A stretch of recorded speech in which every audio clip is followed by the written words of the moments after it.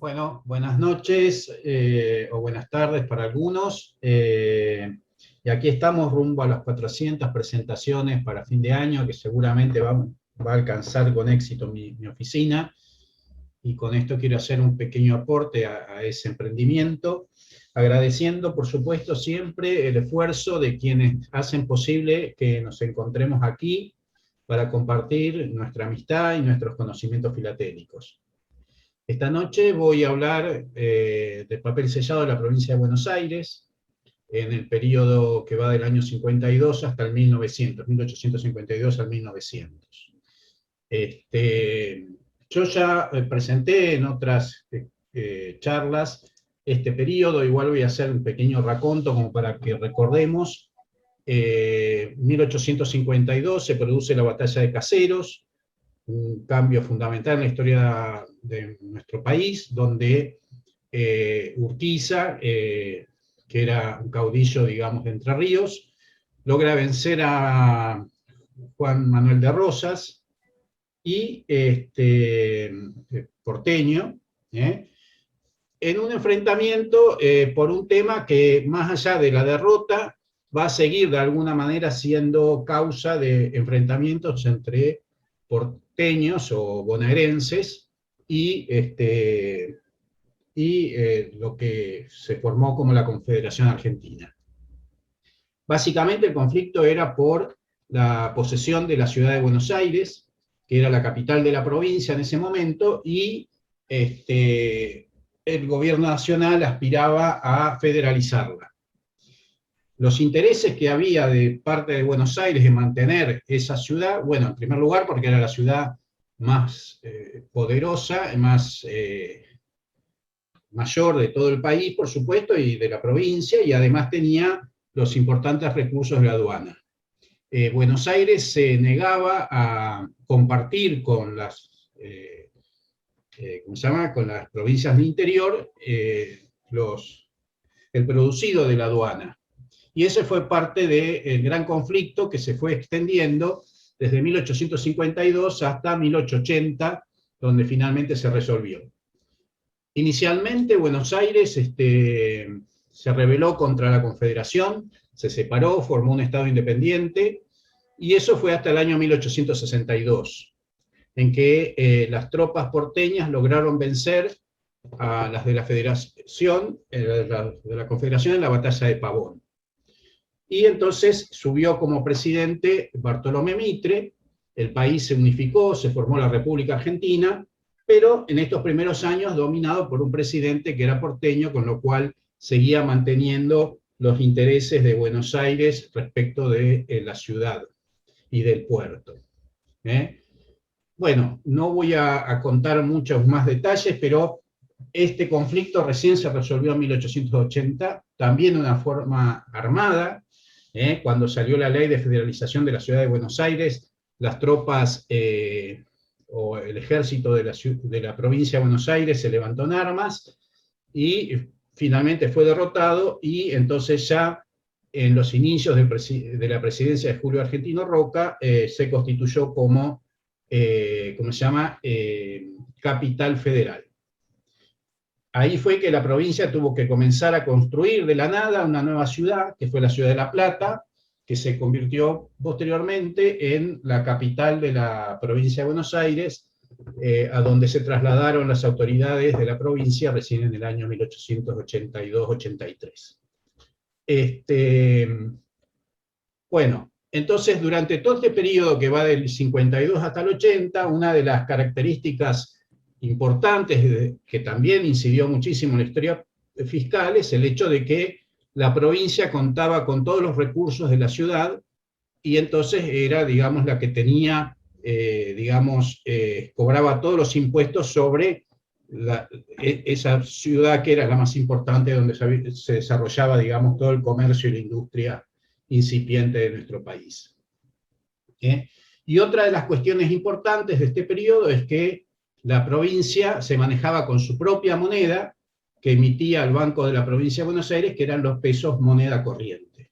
Eso fue hasta el año 84, y ya en el 85, por ley nacional, tuvo que adoptar la nueva moneda, que son los pesos moneda nacional, y eso lo vamos a ir viendo ahora cuando veamos los distintos valores fiscales del momento.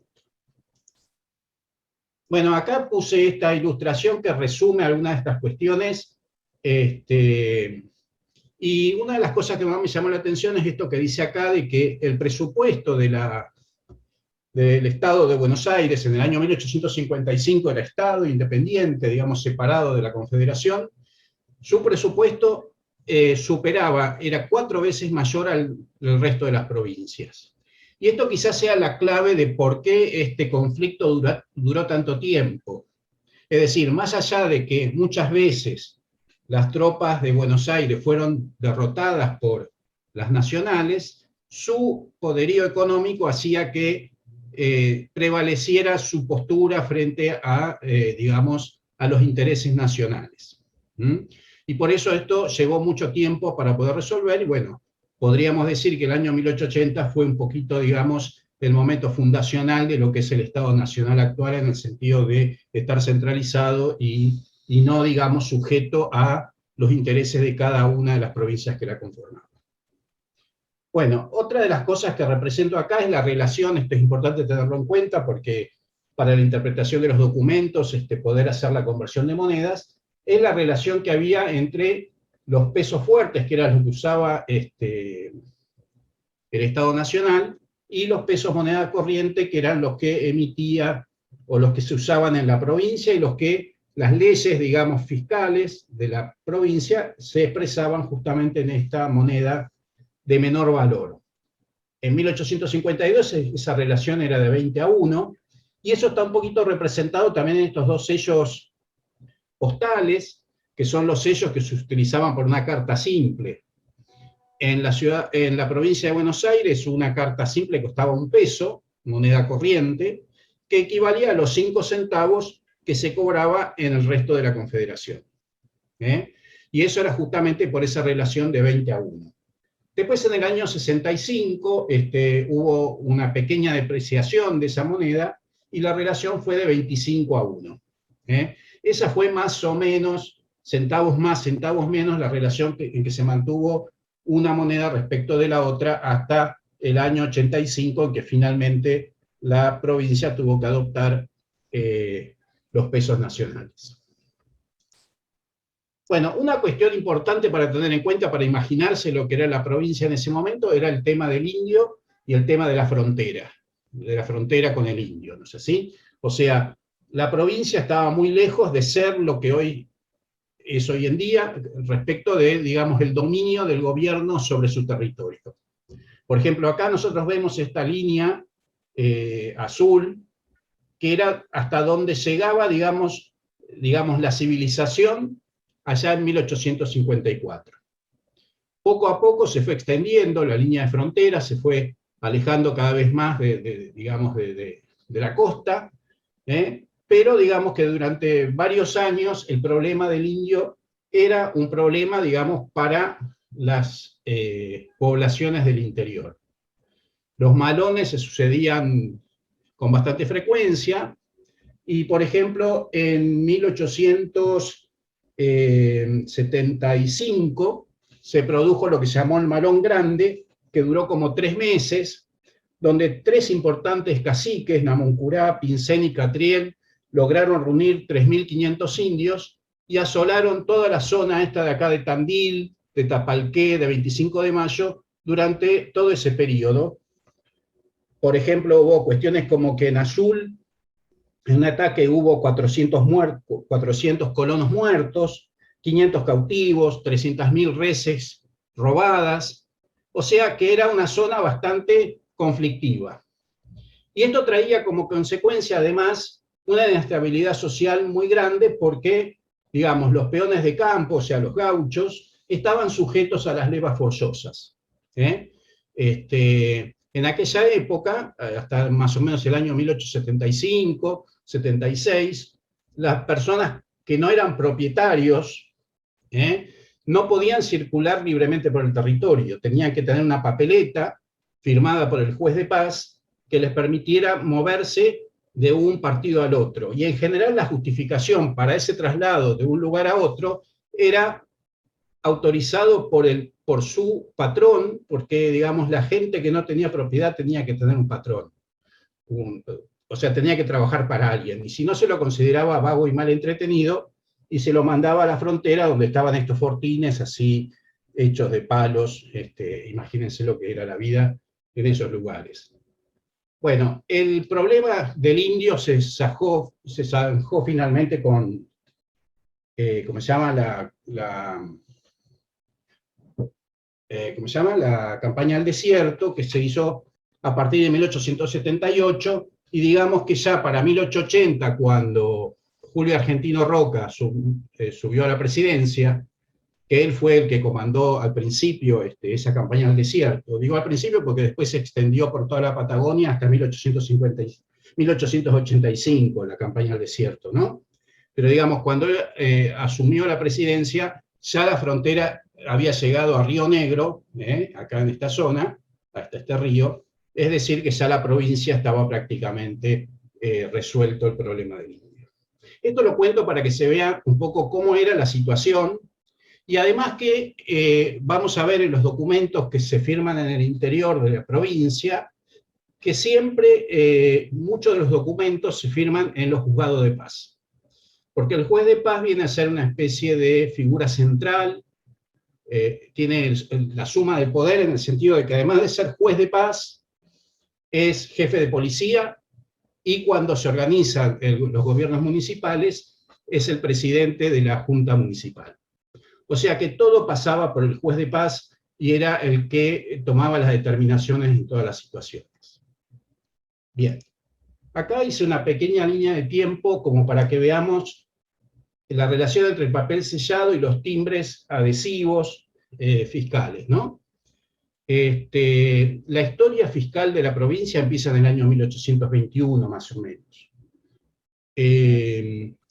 En 1820, luego de la Guerra de Independencia, digamos, el país, comunidad se disuelve prácticamente. En 1820 se lo llama el año de la anarquía, las provincias se separaron, cada una asumió su propio gobierno, y bueno, la ciudad de Buenos Aires, la provincia de Buenos Aires asumió su propia administración, y la primera ley de papel sellado de la provincia aparece para el año 1821.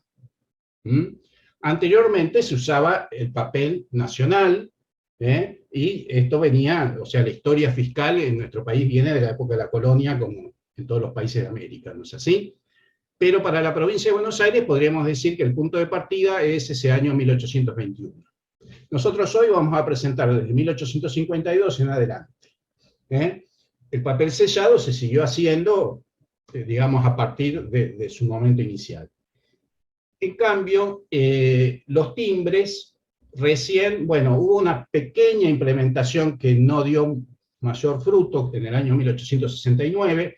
Cuento esto un poquito para comparar, ¿no? Para que se ubiquen en qué es lo que estaba ocurriendo. En 1869 la provincia quiso implementar los timbres, ¿cómo se llama?, fiscales, pero fueron muy resistidos y se usaron solamente durante 3 meses. Y recién en 1876 primero se encargó a una imprenta local estos sellos provisorios, y luego al año siguiente a la National Bank, que hizo esos sellos que yo ya presenté en otra charla. Es decir, que a partir de 1876 se usaron timbres en forma continua ya, hacia adelante, paralelamente, por supuesto, al papel sellado. Pero bueno, digamos que la primera época que yo voy a presentar, solamente había papel sellado y no había todavía timbres. Bien. Bueno, empecemos con el papel sellado del año... Entre 1852 y 1872, el papel sellado conservó las mismas condiciones que venía teniendo desde 1821. El papel tenía básicamente 3 marcas. Un sello, que era el que indicaba el valor, un contrasello, que todos los años se modificaba el diseño y en el cual figuraba el año de validez de ese papel. Acá vemos el sello y el contrasello. y luego había un sello en tinta con el año. Y bueno, en este caso, por ejemplo, en el año 1852, hay una modificación del sello luego de la batalla de Caseros. Este sello que yo muestro acá, que es de principio de año, es de un papel del mes de enero, antes de que se produzca la batalla de Caseros. El gobierno todavía estaba en manos de Juan Manuel de Rosas, y entonces el sello tenía ese color punzó o rojizo, que era el color que detentaban los rosistas, o los federales. Y además con consignas políticas en contra de los unitarios, llamándolos locos, traidores, salvajes, etc. Lo mismo que a Urquiza, que se había pronunciado en contra del gobierno de Buenos Aires. Una vez que Rosas fue derrotado y se tuvo que exiliar a Inglaterra, el Estado de Buenos Aires, ¿cómo se llama? O la provincia, en ese momento todavía era provincia, seguía, fíjense, ¿no? Seguía unido a la Confederación durante el año 52, pero quitó todas las consignas que eran rosistas. E incluso le cambió el color para que no se recordara ya, digamos, el régimen anterior. Bueno, en ese momento había 6 clases de papel sellado solamente. Desde 1 hasta 30 pesos moneda corriente, siempre, ¿no? Fíjense cómo el último escalón, el de 30 pesos, bueno, a ver, estos escalones se utilizaban para los contratos y las obligaciones, tipo pagarés, letras de cambio, de acuerdo al monto del documento. Y fíjense que en ese momento, digamos, se llegaba a pensar hasta 15.000 pesos o más. Era como que dejaba librado, ¿cómo se llama?, para valores mayores, pero lo máximo que se pagaba era 30 pesos. Entonces, por ejemplo, acá tenemos este documento, que en realidad es una revalidación, porque fíjense que es un contrato firmado entre un padre y un hijo. Es en realidad, el padre le presta al hijo para que ponga un negocio en la Guardia de Luján. La Guardia de Luján era lo que hoy en día es Mercedes, una población a 60 kilómetros de la ciudad de Buenos Aires, y es por un monto de 60.000 pesos, muy lejos de los 15.000.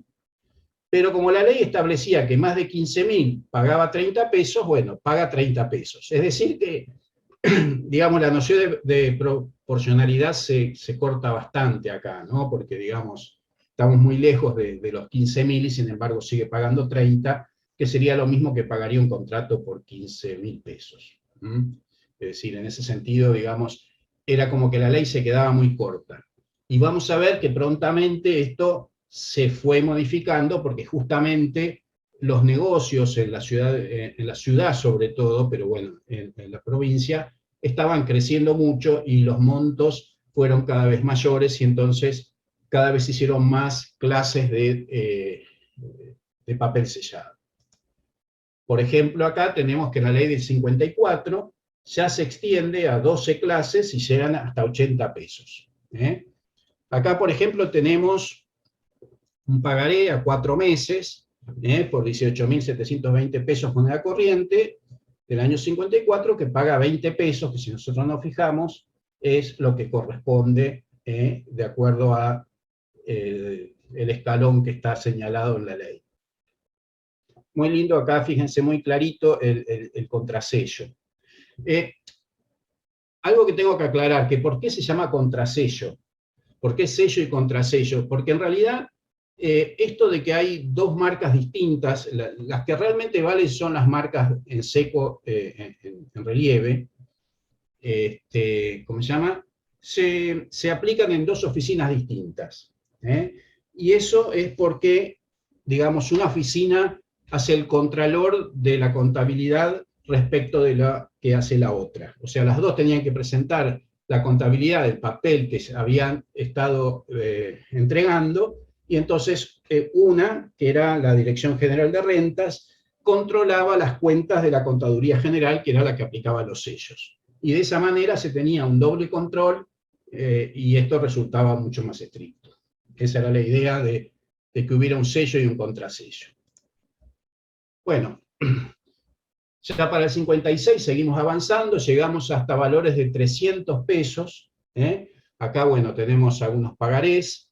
Este me llamó mucho la atención con esa cara del demonio, hecha una guarda, muy llamativo. Esta es una letra de cambio, en realidad, por 50.000 pesos moneda corriente. Bueno, seguimos avanzando. Acá una bastante elevada, un muy lindo sello de 200 pesos. Una de las cosas que suele ocurrir, que muchas veces los sellos se ponían de a varios y no se notan mucho. O sea, por ahí a veces el funcionario que aplicaba los sellos agarraba 3, 4 hojas en montoncito y aplicaba el sello que se aplicaba con una máquina a presión, con un balancín, algo así, y por ahí el tercer o cuarto papel lo tenía muy leve y no se nota demasiado. Por eso es que en el año 58 se le empezó a aplicar también el valor en color, que no tenía, digamos, un valor legal especial, sino que el objeto era que se viera con mayor claridad y no hubiera que estar mirando a trasluz que decía el sello en relieve. Bueno, esto para esta época es, ¿cómo se llama? Un valor bastante elevado. Además está expresado en onzas de oro, que era una moneda muy utilizada en ese momento en el comercio. Y la relación que había entre la onza y el peso fuerte era de 17 pesos la onza. Con lo cual, para pasar las 500 onzas a pesos moneda corriente, hay que multiplicar por 17 y luego por 20, digamos, por 17 lo pasamos a peso fuerte y por 20 lo pasamos a moneda corriente. Eso daba entonces un monto de 170.000 pesos y a eso le correspondía un sello de 200 pesos de impuesto.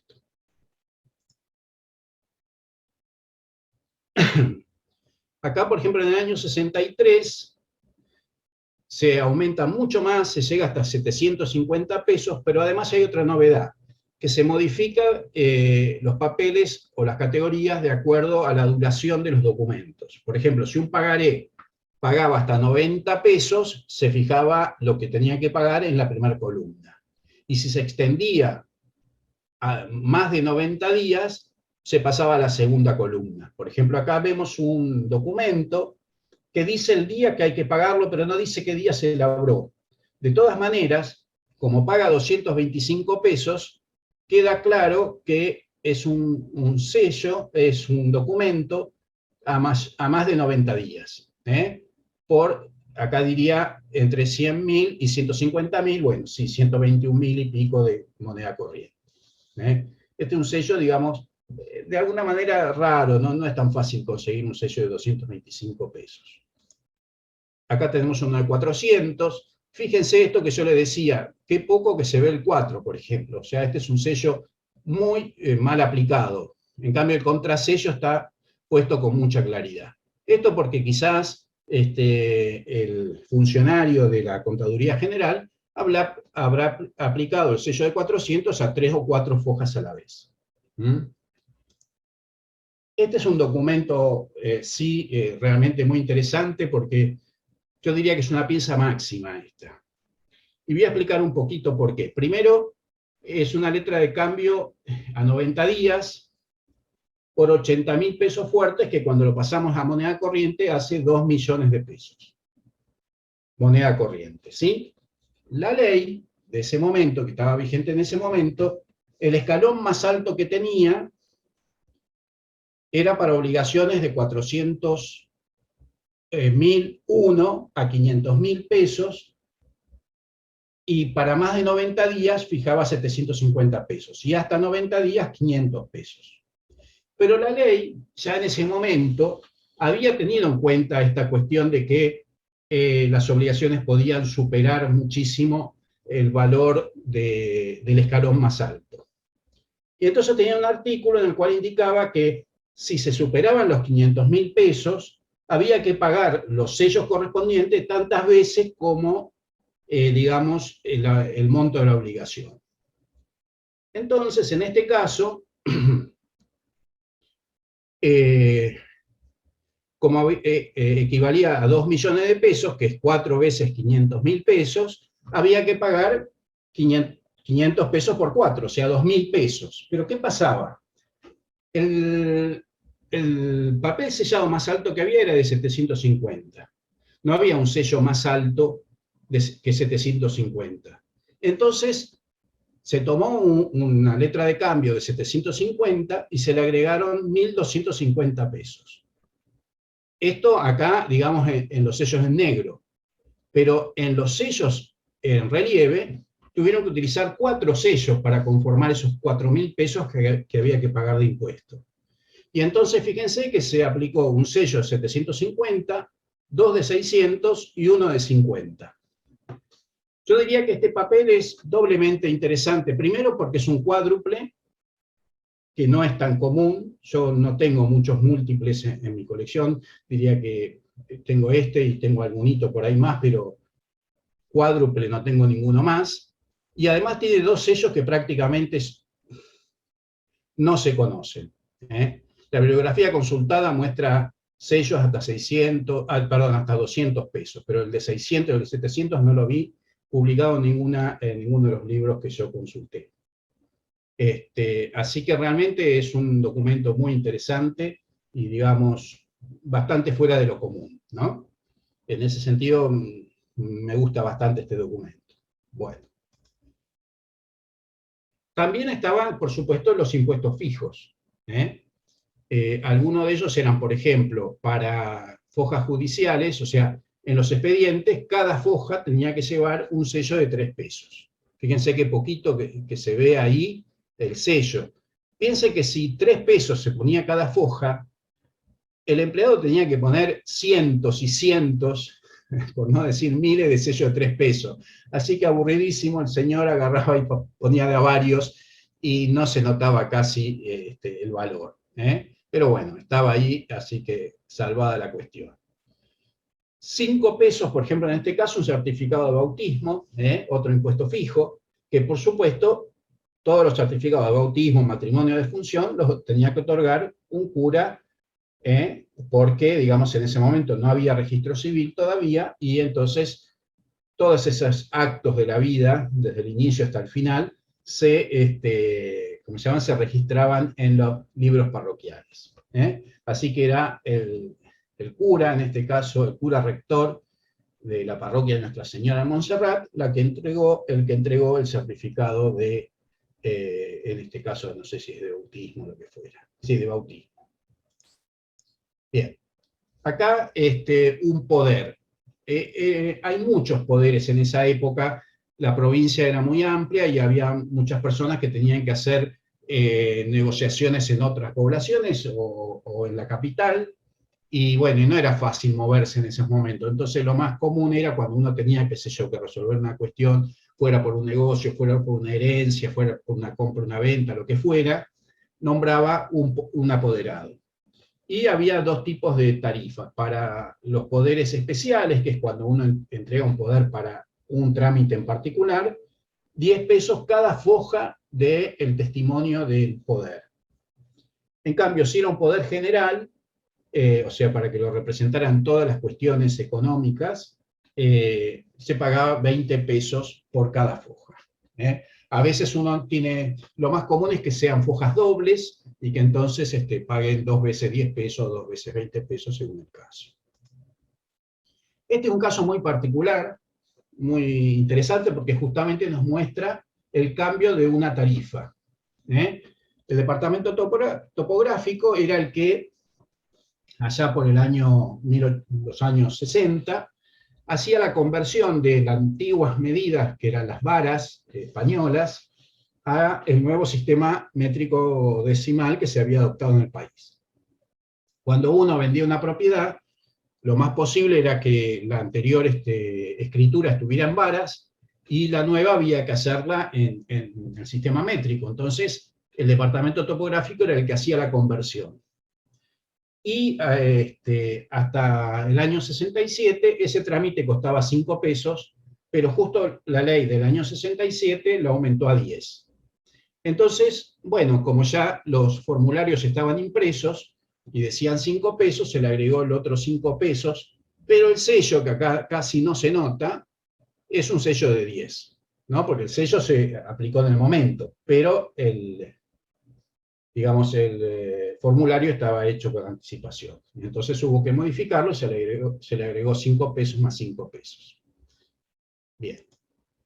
Este es otro, son bastante lindos estos documentos, que son las guías de campaña. Las guías de campaña es cuando había que trasladar, como se llama, ganado de un partido a otro, o a la ciudad de Buenos Aires. Estos se labraban en el Juzgado de Paz. Fíjense que todos tienen el sello del Juzgado de Paz, de Luján, de Azul, de Mercedes. Acá ya se llamaba Mercedes, no era Guardia de Luján ya, había cambiado de nombre, y en ese momento, no importa la cantidad de animales que se trasladaban, ese trámite tenía un costo fijo de 10 pesos. Después vamos a ver que esto se modifica, pero en este momento era fijo y se pagaban 10 pesos. Este documento me gustó mucho porque está fuera de lo común, ¿no? Es una guía de campaña que se hizo en Carmen de Areco, y se ve que en ese momento el Juzgado de Paz no tenía el formulario adecuado. Entonces juntó 5 sellos de 2 pesos, los cosió así formando un cuadernillo, y ahí labró la guía de campaña. Bueno, es algo fuera de lo común, y encima está intacto, sin prácticamente apenas un pequeño doblez, y por supuesto, en esta hoja está escrita, y las otras 4 están en blanco, pero tuvo que poner los 10 pesos que costaba la guía de campaña. Y este de acá, por ejemplo, es un boleto de marca de ganado. Cada 2 años, los hacendados tenían que renovar sus marcas de ganado, y pagaban 50 pesos por ese trámite. Bueno, una parte interesante que uno estudia cuando ve el papel sellado es el tema de la filigrana. La primera filigrana que yo encontré es esta del año 1858, antes no tenía filigrana en los papeles sellados, pero ya en este año sí, y acá vemos la marca, esta calculo que es la marca del papel, ART no sé quién será, pero bueno, es una marca del fabricante de papel, y acá se ve la filigrana que dice Estado de Buenos Aires. Después esa filigrana se modificó, y en el año 61, yo la vi usada en el 61 y en el 62, que dice Buenos Aires, ya no dice más Estado de, dice Buenos Aires, y 1861. En el 62 se siguió utilizando con el año 61. Este es un documento que me llamó mucho la atención. Fíjense que tiene la filigrana ART, pero en vez de decir Buenos Aires dice República Argentina. Es del año 67, de la provincia de Buenos Aires, y lo que yo estimo es que digamos, que tanto el Estado Nacional como la provincia le encargaban el papel al mismo fabricante. Y en algún momento se les debe haber traspapelado, y fue a parar al gobierno de la provincia, a las autoridades provinciales, un papel que en realidad tendría que haber ido a la nación. Y entonces utilizaron para papel sellado de la provincia un papel con la filigrana República Argentina. En fin, un error interesante. Bueno, esto ya más adelante, en 1871, se modifica, ya una filigrana un poquito más elaborada, un escudo, con los trazos muy gruesos, un escudo pequeño de 6,5 centímetros, y alrededor dice Provincia de Buenos Aires, papel sellado. Y además tiene los renglones y tiene un margen también en filigrana. Bueno, llegamos al año 73. 73-74 se modifica el papel sellado y se reúnen varias marcas en una sola. Esta de color tiene tanto el valor como el año. Y entonces, digamos, acá podrían estar resumidas tres marcas anteriores. La marca de color, la marca de valor y la marca del año. O sea que de 4 pasamos a 2 marcas. 3 que se reúnen en esta sola, y luego esta otra, que sí sigue siendo en seco y en relieve, que es justamente un contrasello en seco de la Dirección General de Rentas, que se mantiene ese segundo sello como contralor de lo que hace la Contaduría General. Bien. Acá, en el año 75, seguimos con lo mismo, pero ya una marca mucho más elaborada, como vemos. La anterior era muy simple, y esta está mucho más elaborada, con una ilustración más interesante. Este es un lindo papel de 150 pesos, no es fácil conseguir un papel de este valor. En general los más comunes son los de 3 pesos, 6 pesos, 10, 30. Ya cuando uno supera esos valores, cada vez se va volviendo más interesante. Y lo que me llamó la atención, lo que me pareció que valía la pena resaltar, que el papel se le compraba a la Waterloo, y aparece con la filigrana de la Waterloo Sun de Londres. La filigrana, que dice Dirección General de Rentas, con ese escudo, que se ve tan bien, yo creo que se aplicaba acá, y se aplicaba a presión. O sea, no es una filigrana que se hace junto con el papel, con la pasta de papel, sino que una vez que está hecho el papel, a presión se le aplica esa filigrana. Si ustedes se fijan, la marca es muy diferente a la de la fábrica de papel. Yo estimo que debe haber sido hecha acá. No lo podría asegurar, pero creo que sí, porque después más adelante vamos a ver marcas muy parecidas y sí fueron hechas acá seguro. Bueno, acá un papel de 500 pesos, que es un pagaré.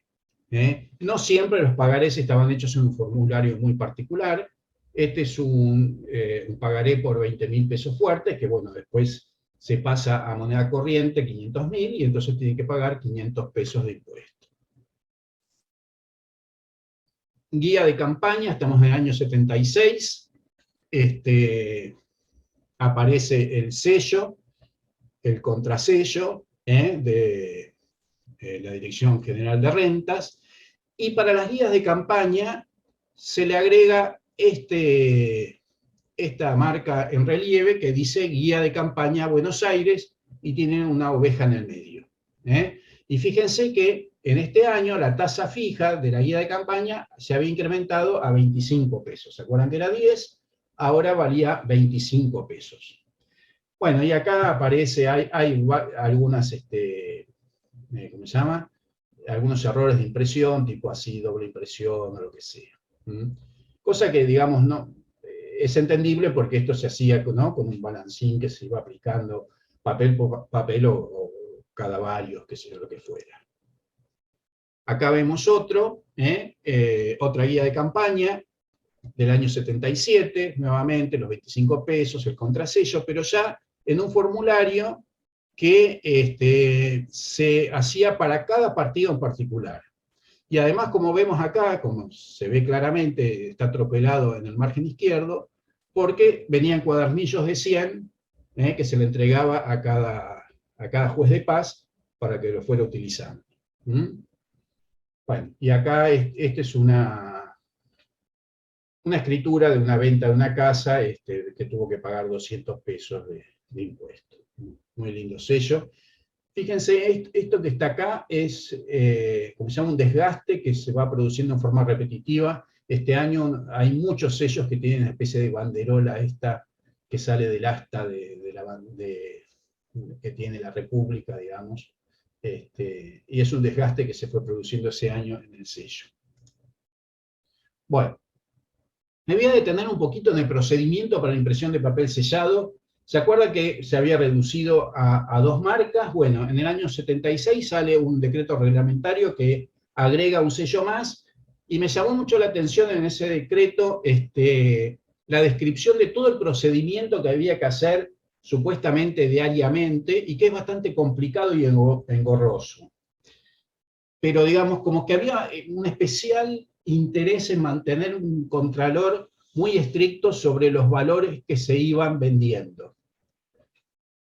En este procedimiento intervienen 3 oficinas, ¿no? La Dirección General de Rentas, la Administración de Sellos y la Contaduría General. La Dirección General de Rentas es la que compra y guarda en depósito el papel especial. El papel se compraba, se mandaba a hacer, y la Dirección General guardaba ese papel en depósito. La Administración de Sellos, que es la que va a vender el papel, o la que lo va a distribuir por el interior de la provincia, la que se va a ocupar de distribuirlos, le tiene que solicitar a la Dirección General de Rentas el papel que necesita. Eso se supone que se hace diariamente. O sea, hace una contabilidad, yo necesito 800 papeles, 900, no sé, los que sean necesarios. La Dirección General le entrega los papeles en blanco y la Administración de Sellos los, ¿cómo se llama? Los numera, discriminados por valor, y se los envía a la Contaduría General. Y esto es algo que me llamó la atención, porque los tiene que numerar por valor, pero el valor todavía no está impreso. Es decir, que tiene que ser muy cuidadoso para discriminar cuáles son cuáles, porque después la Contaduría General le tiene que poner el valor, que es este, de acuerdo a la numeración que ya le entregó, como se llama, la Administración de Sellos. Posteriormente, la Contaduría General, una vez que aplica los sellos de acuerdo a lo que le pidió la Administración de Sellos, se lo manda a la Dirección General de Rentas, que aplica los sellos de comprobación, que son estos. Una vez que puso los sellos de comprobación, además se supone que pone los sellos, cada oficina pone los sellos y a su vez hace la contabilidad, o sea, hace un registro de lo que hace. Porque después al fin del día tienen que rendir, los tres tienen que rendir todo lo que hicieron. ¿Está bien? Y se lo manda entonces a la Administración de Sellos, que le aplica este nuevo sello, que es el sello de venta, que tiene una especie de solcito ahí, que yo digo que se parece, para mí se parece mucho a las cabecitas uruguayas de los primeros sellos, bueno, y dice Administración de Sellos. Entonces ese es el último sello que se aplica, que es el sello de venta. Todo este proceso, dice, se rinde diariamente. Así que imagínense lo que era esto, ¿no? En fin. Bueno, sigamos. Una nueva modificación en las guías de campaña.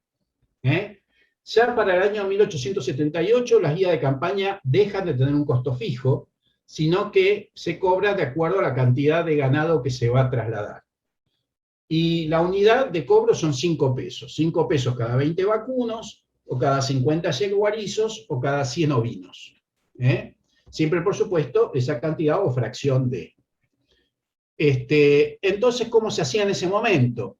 Se hacía en el formulario, se aplicaba un sello de 5 pesos, que era el básico, y luego se le agregaba papeles sellados de acuerdo a lo que tenía que pagar. Entonces, por ejemplo, si se agregaba es porque había que pagar 35 pesos, y entonces se ponía el 30 en forma adicional, más el 5 que tenía ya el formulario. Lo que sí distingue a que por supuesto acá dice, ¿no? Este corresponde a la guía número tanto, pero además tiene este sellito que dice guía de campaña, que entonces nos está marcando que esto se utilizó para una guía de campaña y no para cualquier otro trámite. Bueno, continuamos. En la ley de 1877, además de los impuestos escalonados, se establecen algunos rubros por los cuales ya el impuesto va a ser proporcional, es decir, de acuerdo a un porcentaje. Se mantienen los escalones de papel sellado, pero además, fíjense, se llega hasta los 2.000 pesos de papel sellado, ya es muy elevado el valor, pero por ejemplo, el papel de 2.000 pesos servía hasta 2 millones de pesos moneda corriente, que era como aquel documento que ya había mostrado de 2 millones anteriormente. Bien. Si se superaba esto, ya entonces se calculaba por porcentaje. El 1,25% del valor era lo que había que pagar. Y si se superaban los 90 días, ya no era otro escalón, sino que era el 1% por cada 90 días. Es decir, que se superaba 90 días y no se superaba los 180, se pagaba el 2%, y si no, podía ser el 3, el 4, el 5, depende cuánto se extendiera el plazo.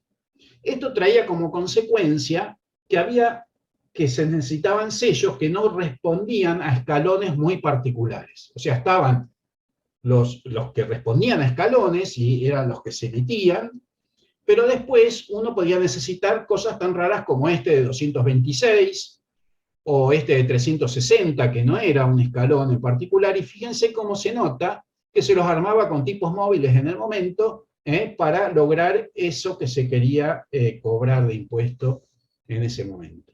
¿Está bien? Bueno, esa es una novedad que aparece para esta época. Llegamos al año 79.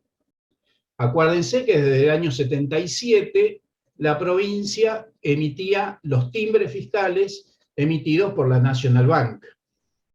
Pero el papel sellado se siguió haciendo en la provincia. En el 79 se le encarga a la National Bank la realización también del papel sellado.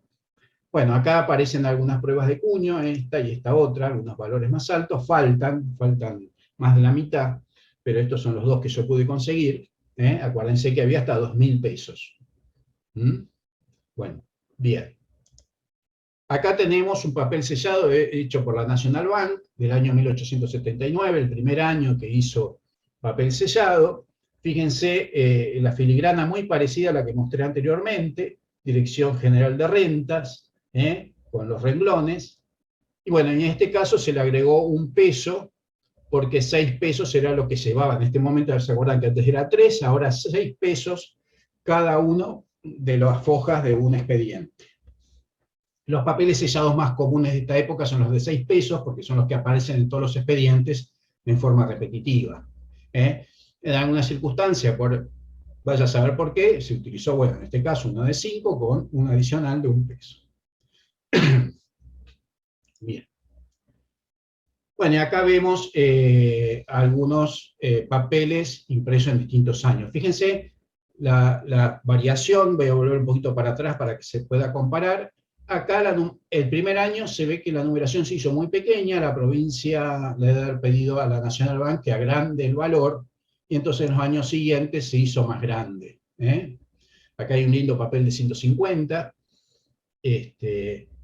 Y acá, bueno, lo que yo les decía, un papel de 6 pesos, un papel sellado. Por ejemplo, un caso particular, es una venta de una propiedad es en la ciudad de Buenos Aires, pero bueno, registrada en La Plata ya, registro de la propiedad ya estaba en La Plata, en el año 82, y los 150 pesos es el impuesto proporcional que paga por el monto de la venta de la casa. Y los 6 pesos es lo que corresponde a cada foja del testimonio. O sea, son dos cosas diferentes. Y una cosa que hay que resaltar es que tanto el papel sellado como el timbre están con el sello de la administración de sellos, con el mismo sello que se ponía al final, el sello de venta. Bueno, el último año que se le pidió a la National Bank que hiciera el papel sellado fue justamente el último año que se utilizó los pesos moneda corriente, y es en el año 1884. Por eso puse este trocito acá. Bien. Acá tenemos la National Bank, además de hacer el papel sellado, hacía las letras de cambio con la misma indicia. Y se había agregado una nueva marca al papel sellado a partir de 1881, que es el valor en relieve. ¿Ven? Ahí se nota bien el número 10 de esta letra de cambio. Bueno, terminamos así con el periodo de los pesos moneda corriente y con el papel sellado hecho por la National Bank. Y pasamos a papel sellado en pesos nacionales. Acá voy a hacer una especie de paneo rápido por una cuestión de tiempo, pero lo que sí hay que ver, digamos, dos cosas importantes. Primero, que todas las impresiones de acá en adelante se hicieron en el país. Los primeros años, hasta el año 87, 85, 86, 87, en empresas e imprentas privadas. Se les encargaba a imprentas privadas que hicieran el papel sellado y también los timbres. Pero a partir del año 88 lo va a hacer el Estado en la litografía del Departamento de Ingenieros. Bueno, este es del año 85. Este papel sellado lo hizo una editorial, después que con el tiempo fue una editorial muy importante, que fue Peuser, Y bueno, y ahí vemos que la indicia se parece mucho a la de la National Bank. ¿Mm? Y también vemos acá, bueno, la filigrana y el valor puesto ya en centavos. Ese es el otro tema que uno ve cuando empieza del 85 en adelante. Aparecen los valores en centavos y, por supuesto, valores más bajos que antes, pero porque estamos pensando en pesos moneda nacional. Y se hizo la conversión. El valor más bajo que había era de 5 centavos. Antes era de 1 peso, el valor más bajo, pero estábamos hablando de pesos moneda corriente, ahora bajó a 5 centavos moneda nacional. Esto es muy llamativo. Acá hice una comparación entre las letras de cambio que imprimía la National Bank y la que imprimía Peuser. Fíjense que prácticamente parecen un plagio, ¿no? En el sentido que son muy, muy parecidas, el diseño, cómo están hechos, hay algunas modificaciones, pero en sí son muy parecidas. Pero hay un detalle que es muy interesante y la verdad que cuando lo descubrí me llamó mucho la atención, y son los renglones en gris. Cuando uno mira al microscopio los renglones estos, acá la National Bank le escribía Dirección General de Rentas Buenos Aires en forma casi filigranada, digamos, realmente muy llamativo cómo podía hacer eso en esos renglones. En cambio, Peuser no tuvo, digamos, la capacidad para hacer ese trabajo y simplemente le ponía estas líneas onduladas. En fin. Pero después es muy llamativo, hasta el pie de imprenta parece hecho con los mismos tipos. Bien, bueno, pasemos más adelante. Acá, al año siguiente, 1886, el papel sellado lo hizo Guillermo Kraft, que además, que también hizo los timbres. Acá está la filigrana y lo que me llama la atención que pone su firma en la filigrana. Acá dice Guillermo Kraft, que está en este rinconcito de acá. Bueno, siguiendo, todos los años se modifican, ¿cómo se llama? Los diseños. Esto del año 87, acá vemos la filigrana. El año 88, recordemos que aquí ya está trabajando el Departamento de Ingenieros. El año 89, acá por ejemplo la filigrana está colocada en una foja doble, en el centro de la foja doble. Es decir, que si uno tiene un solo papel va a ver la mitad de la filigrana. Y si tiene la foja doble va a ver toda la filigrana. Desgraciadamente, uno de los grandes enemigos del papel sellado son todas las formas de adherirlos a los expedientes, porque aparecen agujereados, en fin, a veces con alfileres, con ganchos, con un montón de cosas que lo arruinan, pero bueno, es lo que hay. Acá vemos otro del año 90, donde, bueno, en el centro tiene esto que es la marca de papel, pero en la foja sí tiene el escudo y lo que dice Dirección General de Rentas. Acá algunos, ¿cómo se llama? Letras de cambio, que como vemos se hacían en la litografía del Departamento de Ingenieros, que era de la provincia de Buenos Aires, ahí en La Plata. Y la indicia en ese momento era igual a la indicia de los papeles sellados. Acá del año 1891.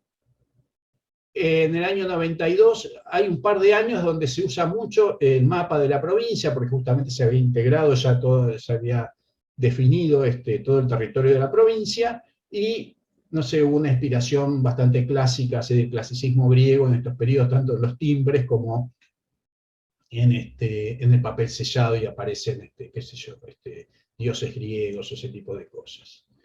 Estos son recortes de papel sellado, es una lástima, pero bueno, es lo que hay. Sería muy lindo tener un papel sellado de 500 pesos, pero la verdad que se conserva muy, muy poco este material. En general uno tiene 2 o 3 papeles de cada año y valores muy bajos. No hay papeles muy altos que se hayan conservado. Esto sí apareció, bueno, algunos, estos son fragmentos. Acá hay un papel sellado del año 93, fíjense, acá se centró bien la filigrana, antes estaba sobre el margen y acá se la centró. Acá otra serie, estos sí ya son ensayos, no son fragmentos. Y una de las cosas que se utilizaba, todos los años se modificaban los diseños y se utilizaba un diseño para los centavos y otro para los pesos. Como que para diferenciar se hacía centavos un diseño y pesos otro diseño. Fíjense, bien clásico, ¿no? En ese momento. En cambio, las letras de cambio no tenían ya la misma indicia. No sé por qué en este periodo adoptaron este otro formato, nada que ver con el papel sellado. Bueno, seguimos así. Lo paso rápidamente simplemente para que vean los diseños, porque después conceptualmente es todo más o menos similar. Acá están, por ejemplo, los diseños del año 97, del año 98, del 99, y finalmente de 1900, que solamente conseguí el diseño en centavos. Bueno, y con esto terminamos, y espero que haya sido de su agrado, y las preguntas que quieran hacer, acá estoy para contestar. Muchas gracias por haber escuchado. Gracias a ti. Felicitaciones, Miguel. Muy lindo. Gracias. Gracias, Miguel. Extraordinario y hermoso, Miguel. Bueno, muchas gracias. ¿Algunas preguntas para Miguel o comentarios o algo? Yo tengo una pregunta. Dale, Walter. Muy bueno, Miguel, muy interesante y siempre muy bien documentado, te felicito. Gracias. ¿Podés poner la página, la diapositiva número 2? ¿La 2? Sí. Sí. A ver. Creo que la tenía esa cámara más de mayor porte. Esta. Ah, no, perdón. ¿Cuál decís vos?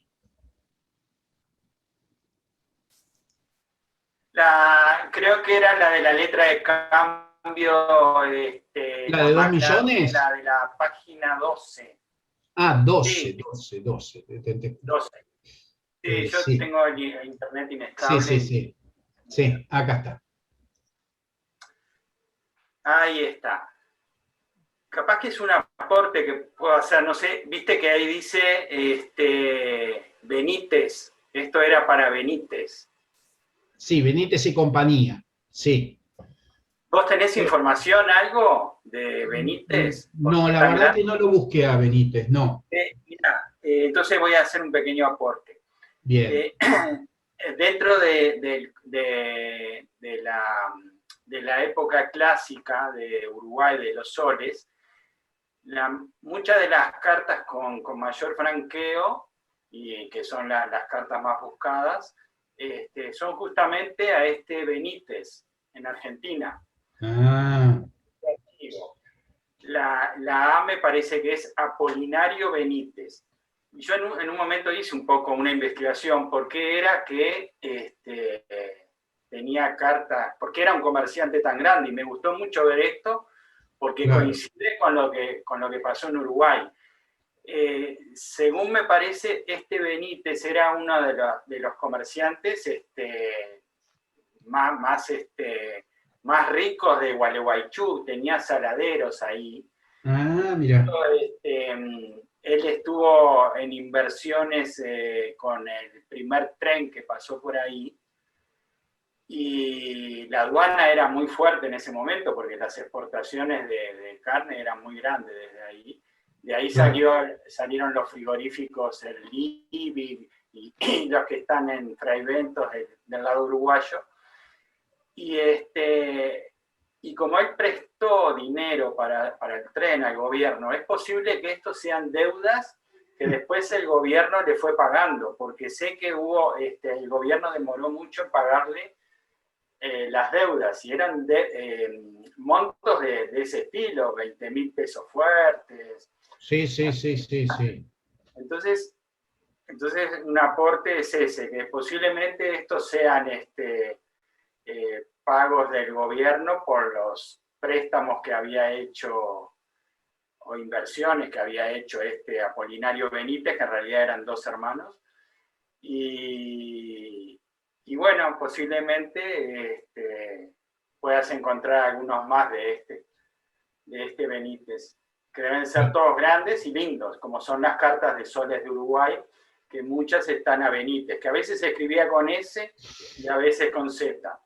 Así que es el mismo. Entonces está bueno. Me llamó la atención, tenía mucha relación con Uruguay Benítez, porque estaba justo sobre el río Uruguay, ¿no? La verdad que te agradezco mucho el dato porque confirma realmente esto que yo pensaba de que es un documento fuera de serie, porque no he visto otros documentos tan elevados. Por ahí el de 400 ya es un documento importante, pero este supera todo lo que lo visto, digamos, en ese momento, ¿no? Sí, sí. Y por suerte se ve que guardaba la documentación, tenía un buen archivo, Sí. porque fíjate que las cartas de Uruguay con soles, hay varias, y son a Benítez, y bueno, Claro. el archivo se mantuvo. Y Perfecto. ya veo que esto también, acá podés encontrar unas sorpresas. Aparte en un periodo amplio, te estoy hablando ya desde 1860 en adelante hasta 1870 y pico, que ahí se puede encontrar muchas cosas de este Benítez. Apolinario Benítez. Muy bien, lo anoté, sí. Bueno, muchísimas gracias, Walter, realmente. Buen dato. Martín. Hola, digamos, bueno, es un poco completar lo mismo, dejar la misma imagen, Miguel, porque bueno. justamente sobre eso mismo, que es para una acotación justamente con el tema de Walter. Yo tengo entendido, Walter, que son dos Benítez diferentes. Apolinario Benítez es de hecho uno de los inversores que pusieron el ferrocarril Entre Ríos en 1868, cuando se hace el ferrocarril central de Entre Ríos en Gualeguaychú.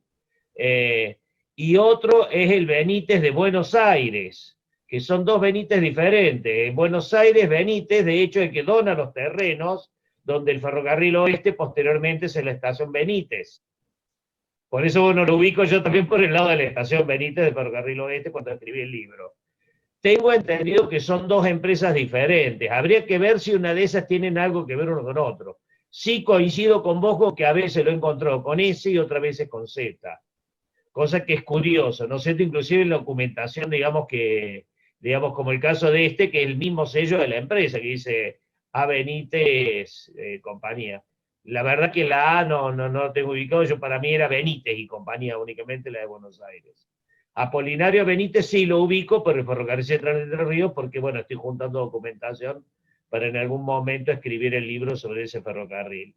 Pero tengo entendido que son diferentes. Sería muy interesante ver si son los mismos o no, que puede estar muy vinculado. La verdad que me has dejado la duda ahora, Walter. Realmente me voy a tener que poner a mirar y a ver, porque realmente es muy interesante la acotación que acabas de hacer. No, realmente me pone a trabajar a mí también para lo que yo vengo investigando. Bueno. Desde ya te agradezco la acotación. Y por otro lado, Miguel, hay una pieza que me llamó la atención de que es un papel sellado digamos, que estaba en Merlo, ¿no es cierto? Que sale Juzgado de Paz de Merlo y que sale, digamos, ferrocarril, estación Merlo, ferrocarril. Sí, vos sabés que yo siempre que lo veo me acuerdo de... Aparentemente está generado por el mismo ferrocarril. Para. ¿Te acordás qué número era? No. La verdad que no me fijé el número y se me pasó porque como estaba atendiendo lo que decías, A ver, soy honesto, la verdad realmente adelante. excelente, me copé realmente mirando la cosa y me olvidé de mirar el número. Muy, muy bien dada, te felicito, la verdad impecable. Bueno, ¿Cuál fue a ser una de esas? A ver si lo encuentro, porque Creo yo te que quería uno o dos después de esa. Te quería hacer una pregunta de eso, pero acá está, Ferrocarril del Oeste.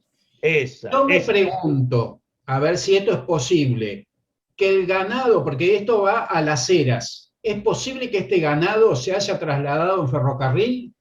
Sí, porque justamente coincide la fecha en 1876, cuando en 1872 se hace el ramal que viene a Merlo hasta Lobos. Y eso era lo que se llamaba la cuenca lechera de Buenos Aires. Todo el ganado, fundamentalmente ganado para producción de leche, era de esa zona. Entonces el movimiento lechero y de ganado que había ahí en ese ramal era aproximadamente 10 veces más que cualquier otro ramal del país. Perfecto. Entonces, para mí Programa que de esto Merlo Lobos del Ferrocarril Oeste.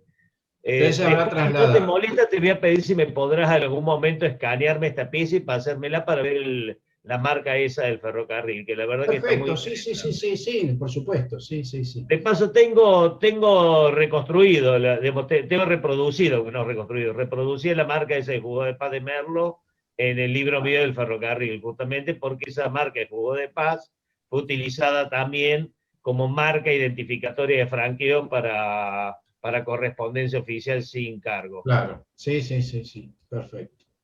Muy bien, muy La lindo. verdad está excelente, me encantó la charla, muy, muy bien dada. Muchas gracias. Te Muchas felicito. gracias. Ahí veo la otra mano de Yerko, y si alguien me puede ayudar con continuando, no sé si Mauricio o Alfonso, Aquí tengo estoy. que alejarme del teclado por unos minutos. Ok, Yerko, adelante. Miguel, primero que todo, felicitarte por el excelente material, especialmente de Gracias. las guías de campaña. Yo soy coleccionista de tema vacuno y tema caballares. Desconocía, fíjate, este tipo de documentos, por lo menos en Chile. Después le voy a hacer la consulta a Haynes, que bueno que tiene la mano levantada. Realmente lindo material, estuve ahí, pero casi con las ganas de meterme en tu presentación y poder expropiártelas, pero están realmente lindas. ¿Te fue difícil conseguirlas? ¿Y hasta cuándo se emitieron este tipo de guías de campaña en Argentina? ¿Era general en todas las provincias? Guías de campaña, sí, tengo. De Buenos Aires, vos sabés que a medida que avanza el tiempo son más difíciles. Primero, que las guías de campaña se utilizaron solamente hasta 1905-1906. Y, por ejemplo, de esta época que acabo de presentar tengo bastante, pero ya de 1885 en adelante tengo 2 solas. Se vuelven muy difíciles, no sé por qué. Y las cuido muchísimo porque son las 2 únicas que tengo. De anteriores no tengo muchas. Y de hecho, te voy a decir más. Si vas a Tierra del Fuego, te voy a regalar una, porque tengo repetidas como para regalarte algunas de esta época que te van a gustar. Muchas Así. gracias, Miguel. Me va a servir bastante porque estoy haciendo justamente un trabajo donde estoy apoyándome un poquito por el paso argentino, que fue un tema fundamental para nosotros tener las especies que tenemos en este minuto en Chile, digamos. Así que te lo Claro. agradezco muchísimo. Bueno, Muchas bueno, gracias. además son documentos muy, muy llamativos, muy lindos por los dibujos que traen, ¿no? Y porque están dibujadas las marcas de los animales, etc. No, preciosos documentos, preciosos. Sí, sí, muy Gracias. lindos son. Bueno, gracias. Heinz, adelante. Sí, gracias. Mira, felicitaciones como siempre, muy, muy interesantes tus charlas. Y justamente quería comentar acerca de esas marcas de los animales, porque cuando vi las guías de campaña, de repente tú mencionaste en una, de la 26, que tenían que cambiar la marca cada 2 años. Ah, sí. Y ese documento contiene la marca, Sí, debe ser que sí. Sí, sí, sí, pero debe ser que. dibujada la marca. Es un ¿Querés que lo corazón busque? con una J invertida, unidos por una raya en diagonal. A ver, para un poquito. Si no, tengo que buscar. No sé si 26. dice. ¿De qué año era? Ah, ya sé. Para un poquito. Esa también, mira, esa es la 25. También dice ahí donde está rayado señales, al lado derecho de la palabra Ah, señales, está la sí, marca. ahí está. Sí, Exacto. Y eso justamente era seguro para tener realmente control sobre los animales que estaban transportando, para que no sean animales robados. claro, tal cual. Sí, sí, sí, sí, sí, sí, sí. Sí. Hay Es la algunos que por siguiente. ahí tienen muchas marcas, están muy lindos algunos, porque como que llevan animales de distintas marcas y le van poniendo cada una de ellas y en ese sentido son muy, muy divertidos, muy, muy Claro. entretenidos. Creo que es la lámina siguiente. A ver, acá, ahí hay otra. Sí. Ahí está al centro, ¿te fijas? Ahí está dibujada la marca. Esta, sí, sí, sí. Exacto. Sí, Y busca ahora, creo que es la 33. a ver. 33, no. Ah, no, es antes. Es una donde mencionaste que tenían que cambiar la marca cada 2 años. Ah, sí, que es la del boleto. Ya va a aparecer. Esta. Ahí está, esa. Esa, el corazón con la J invertida con una raya en diagonal. Sí, sí, sí. Muy linda, sí. Entonces, les servía de control para el transporte, para el chequeo de los animales.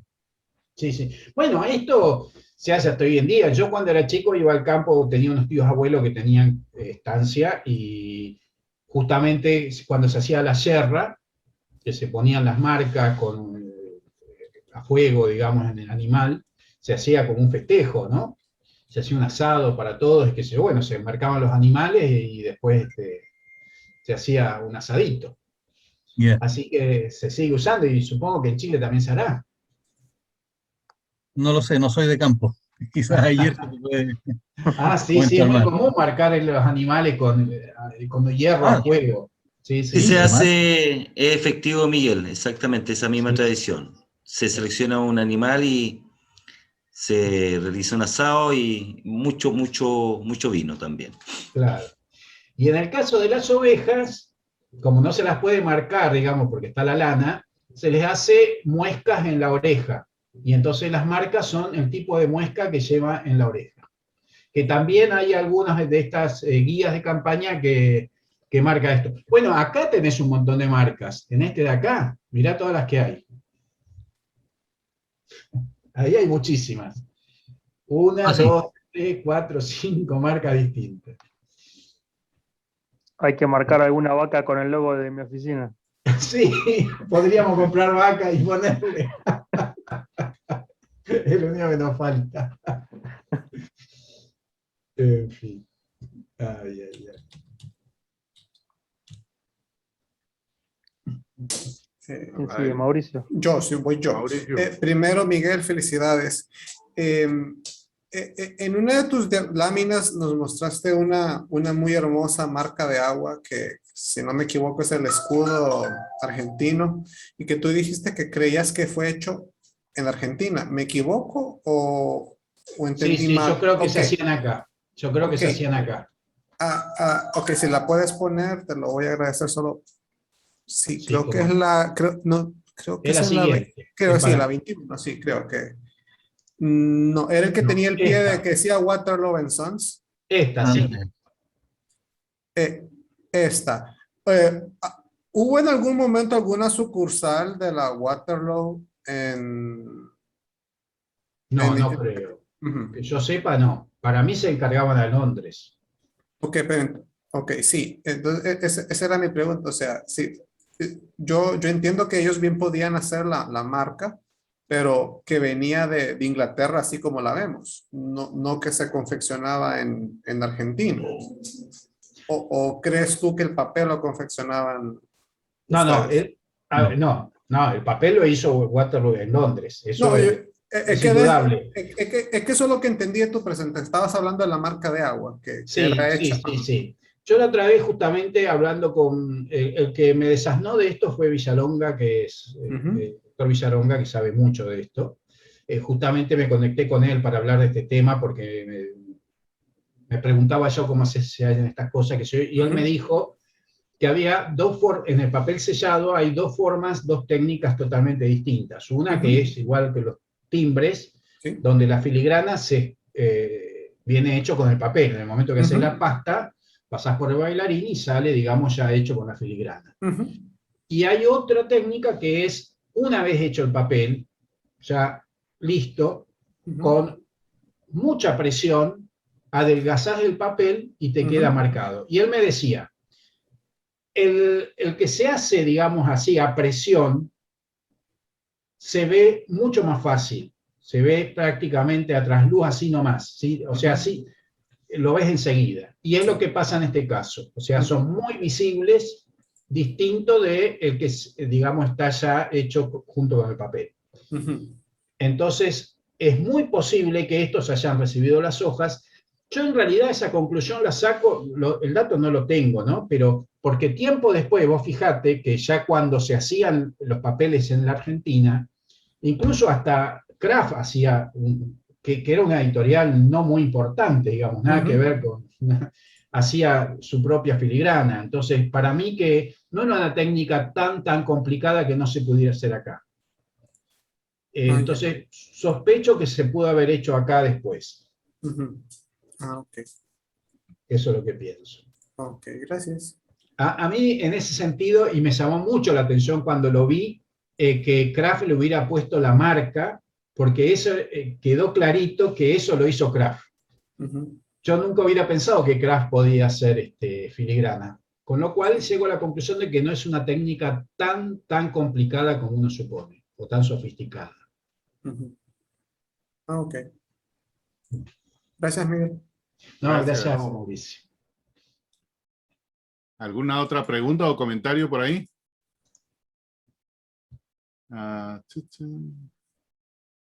Una sola pantalla, no veo a nadie más. Oh, Luis Fernando, adelante. Sí, muy pequeñito, Miguel, gracias. Yo veo algunas de esas cosas y me parece que yo las clasificaría como enteros fiscales. ¿Vos qué pensás? Sí, claro. Por ejemplo, las letras de cambio. Las letras de cambio son enterofiscales. Y también podríamos entender como enterofiscales los, ¿cómo se llama? Las guías de campaña, por ejemplo, porque justamente tienen un objetivo definido. Sí. Gracias. No, gracias a vos, Luis. Vos me enseñaste a diferenciar esas dos cosas, además. Gracias. Así que te agradezco. Bueno. No habiendo ninguna otra mano en alto. Miguel, muchísimas gracias nuevamente. Bueno, gracias a ustedes. Felicitaciones también. Doblemente. Bueno. Y ahí estamos. Bueno, y el día de mañana...